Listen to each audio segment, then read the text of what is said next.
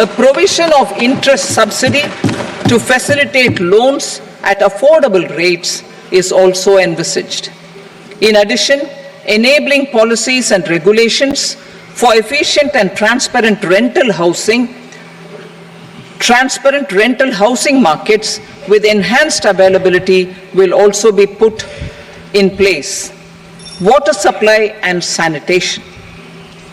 In partnership with state governments and multilateral development banks, we will promote water supply, sewage treatments, and solid waste management projects and services for 100 large cities through bankable projects. These projects will also envisage use of treated water for irrigation and filling up of tanks in nearby areas. Street markets. Building on the success of PM Swanidhi scheme in transforming the lives of street vendors, our government envisions a scheme to support each year over the next 5 years the development of 100 weekly hearts or street food hubs in select cities. Stamp duty. We will encourage states which continue to charge high stamp duty to moderate the rates for all and also consider further lowering duties for properties purchased by women. This reform will be made an essential component of urban development schemes. Priority 6, energy security, energy transition. In the interim budget, I had announced our strategy to sustain high and more resource efficient economic growth, along with the energy security in terms of availability, accessibility, and affordability. We will bring out a policy document on appropriate energy transition pathways that balances the imperatives of employment, growth, and environmental sustainability. PM Surya Ghar Muft Bijli Yojana. PM Surya Ghar Muft Bijli Yojana. In line with the announcement in the interim budget,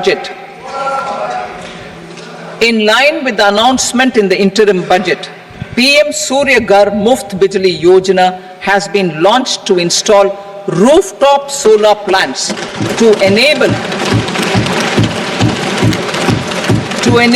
1 crore households obtain free electricity up to 300 units every month.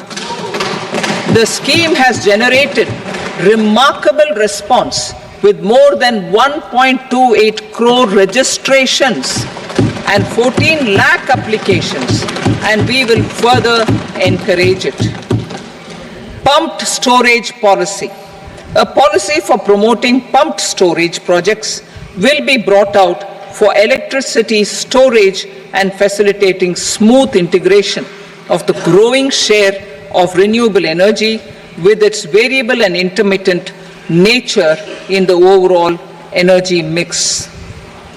Research and development of small and modular nuclear reactors. Nuclear energy is expected to form a very significant part of the energy mix for Vikasit Bharat. Towards that pursuit, our government will partner with the private sector for 1. Setting up Bharat Small Reactors, 2. Research and development of Bharat Small Modular Reactor, and 3. Research and development of newer technologies for nuclear energy. The R&D funding announced in the interim budget will be made available for this sector also. Advanced ultra supercritical thermal power plants. The development of indigenous technology for advanced ultra supercritical thermal power plants with much higher efficiency has been completed. A joint venture between NTPC and BHEL will set up a full-scale 800 megawatt commercial plant using AUSC technology. The government will provide the required fiscal support. Moving forward, development of indigenous capacity for the production of high-grade steel and other advanced metallurgy materials for these plants will result in strong spin-off benefits for the economy. Roadmap for hard-to-abate industries. A roadmap for moving the hard-to-abate industries from energy efficiency targets to emission targets will be formulated. Appropriate regulations for transition of these industries from the current perform, achieve and trade mode to Indian carbon market mode will be put in place. Support to traditional micro and small industries. An investment grade energy audit of traditional micro and small industries in 60 clusters, including brass and ceramic, will be facilitated. Financial support will be provided for shifting them to cleaner forms of energy and implementation of energy efficiency measures. The scheme will be replicated in another 100 clusters in the next phase. Priority 7, infrastructure investment by central government. Significant investment the central government has made over the years in building and improving infrastructure has had a strong multiplier effect on the economy. We will endeavor to maintain strong fiscal support for infrastructure over the next 5 years in conjunction with imperatives of other priorities and fiscal consolidation. This year, I have provided 11,11,111 crore rupees for capital expenditure. This would be 3.4% of our GDP. Infrastructure investment by state governments. We will encourage states to provide support of similar scale for infrastructure, subject to their development priorities. A provision of 1.5 lakh crore rupees for long-term interest-free loans have been made this year also to support the states in their resource allocation. Private investment in infrastructure. Investment in infrastructure by private sector will be promoted through viability gap funding and enabling policies and regulations.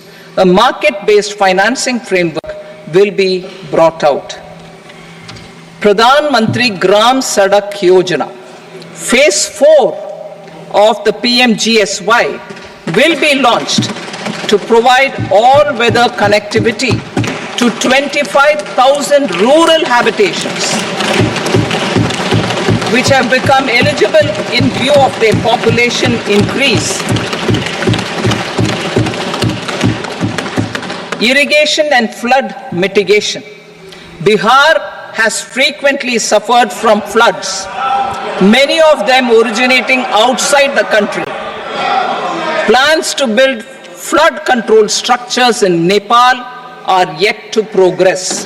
Our government, through the accelerated irrigation benefit program and other sources, will provide financial support for projects with estimated cost of 11,500 crore rupees, such as the Kosi-Michi intra-state link and 20 other ongoing and new schemes, including barrages, river pollution abatement and irrigation projects. In addition, survey and investigation of Kosi-related flood mitigation and irrigation projects will be undertaken.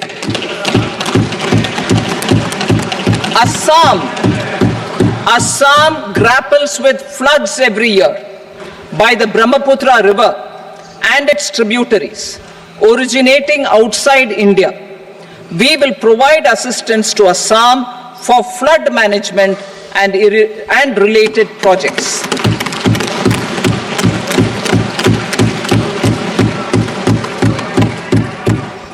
Himachal Pradesh suffered extensive losses due to floods last year. Our government will provide assistance to the state for reconstruction and rehabilitation through multilateral development assistance.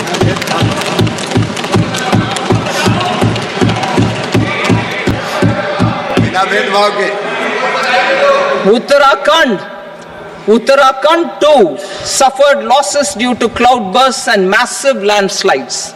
We will provide assistance to the state. Recently, Sikkim witnessed devastating flash floods and landslides that wreaked havoc across the state. Our government will provide assistance to the state. Tourism has always been a part of our civilization.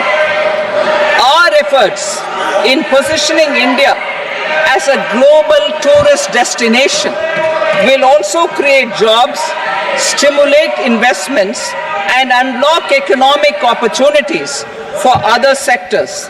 In addition to the measures outlined in the interim budget, I propose the following measures. Vishnupad Temple at Gaya and Mahabodhi Temple at Bodh Gaya in Bihar are of immense spiritual significance. Comprehensive development of Vishnupad Temple Corridor and Mahabodhi Temple Corridor will be supported, modeled on the successful Kashi Vishwanath Temple Corridor to transform them into world-class pilgrim and tourist destinations.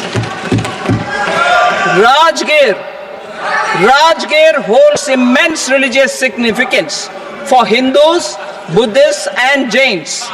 The 20th Tirthankara Muniswarata temple in the Jain temple complex is ancient. The Saptarishi or the 7 hot springs form a warm water Brahmkund that is sacred. A comprehensive development initiative for Rajgir will be undertaken. Our government will support the development of Nalanda as a tourist center, besides reviving Nalanda University to its glorious stature. Odisha's scenic beauty, temples, monuments, craftsmanship, wildlife sanctuaries, natural landscapes, and pristine beaches make it an ultimate tourism destination. Our government will provide assistance for their development to Odisha as well. Priority 8, innovation, research and development. We will operationalize the Anusandhan National Research Fund for basic research and prototype development. Further, we will set up a mechanism for spurring private sector driven research and innovation at commercial scale with a financing pool of 1 lakh crore rupees in line with the announcement in the interim budget. Space economy. With our continued emphasis on expanding the space economy by 5 times in the next 10 years, a venture capital fund of 1,000 crore rupees will be set up. Priority 9, next generation reforms. Economic policy framework.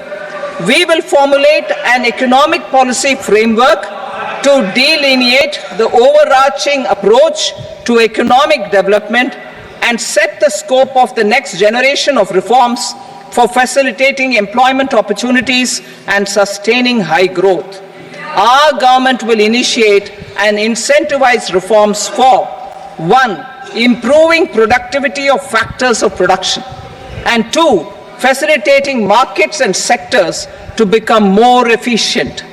These reforms will cover all factors of production, namely land, labor, capital, and entrepreneurship, and technology as an enabler of improving total factor productivity and bridging inequality.